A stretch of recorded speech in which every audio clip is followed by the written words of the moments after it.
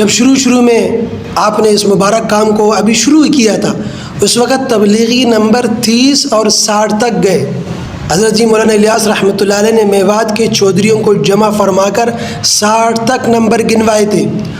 اس میں سے ایک بات یہ بھی تھی کہ عورتیں مسلمان عورتیں ہندوانہ لباس نہیں پہنیں گی، پاجامہ نہیں پہنیں گی۔ وہاں پر میوات کی عورتیں ہندو عورتوں کا لباس اور میوات کے مرد ہندو مردوں کا لباس پہنتے تھے۔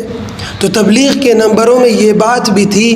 لیکن حضرت مولانا الیاس رحمۃ اللہ علیہ تبلیغ کے ان 60 نمبروں کو کم کرتے کرتے 6 نمبروں پر لے آئے کہ 60 کے زندہ کرنے میں دیر لگے گی، آؤ سب مل کر ان 6 باتوں کو جن پر سب کا اتفاق ہو گیا اور آپ کا شرح صدر ہو گیا، زندہ کر لیں۔ اگر یہ 6 باتیں کسی مسلمان میں یا کسی قبیلہ اور قوم میں اور کسی شہر میں زندہ ہو گئیں تو پھر پورا دین ان کے اندر زندہ ہو کر رہے گا۔ جہاں جہاں جماعت جائے گی، ان 6 باتوں کی زندگی پر کام کا انحصار آ گیا کہ اب دیکھو کام کرنے والوں میں کتنی باتیں زندہ ہوئیں، ان کے ایمان میں قوت آئی کہ نہیں، عبادت میں روحانیت آئی کہ نہیں، اور خشوع کا اضافہ ہوا کہ نہیں، علم کے ساتھ ساتھ عمل تک نوبت پہنچی کہ نہیں، ذکر میں خدا کا دھیان شامل ہوا کہ نہیں، اکرام میں محبت ایمانی آئی کہ نہیں، اور اخلاص میں صرف اللہ کی رضا جوئی آئی کہ نہیں، اور دین کی محنت صرف اور صرف دین کی محنت کرنے کا جذبہ رہا کہ نہیں۔ بس ان چند باتوں کو دیکھ لو ہیں کہ نہیں۔ اگر نہیں تو حضرت فرماتے کہ دوبارہ چلہ دو، لگاؤ، دوبارہ چلہ لگاؤ، انشاءاللہ یہ باتیں ضرور آئیں گی۔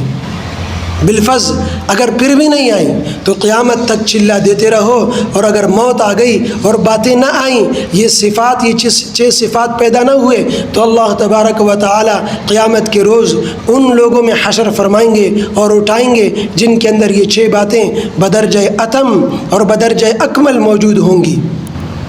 جیسا کہ حافظ قرآن جب قرآن حفظ کرتا ہے اور تھوڑا تھوڑا یاد کرتا ہے، لیکن اگر وہ درمیان حفظ مر گیا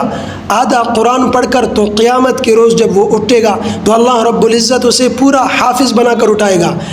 یا اللہ رب العزت اسے پورے قرآن کے حفظ کا ثواب دے گا، کیونکہ قاعدہ ہے کہ جس کام کو شروع کرو اور موت تک لے جاؤ اور خدا نخواستہ اس کی تکمیل نہ ہو، کچھ رہ جائے، تو اللہ رب العزت اس کو وہاں لے جا کر کھڑا کرے گا جہاں پر کاملین، واصلین اور جہاں پر تمام کام کے پورا کرنے والے کھڑے کیے جاتے ہیں، ایسی جگہ اللہ رب العزت کھڑا کرے گا اور ان میں ان کا حشر فرمائے گا۔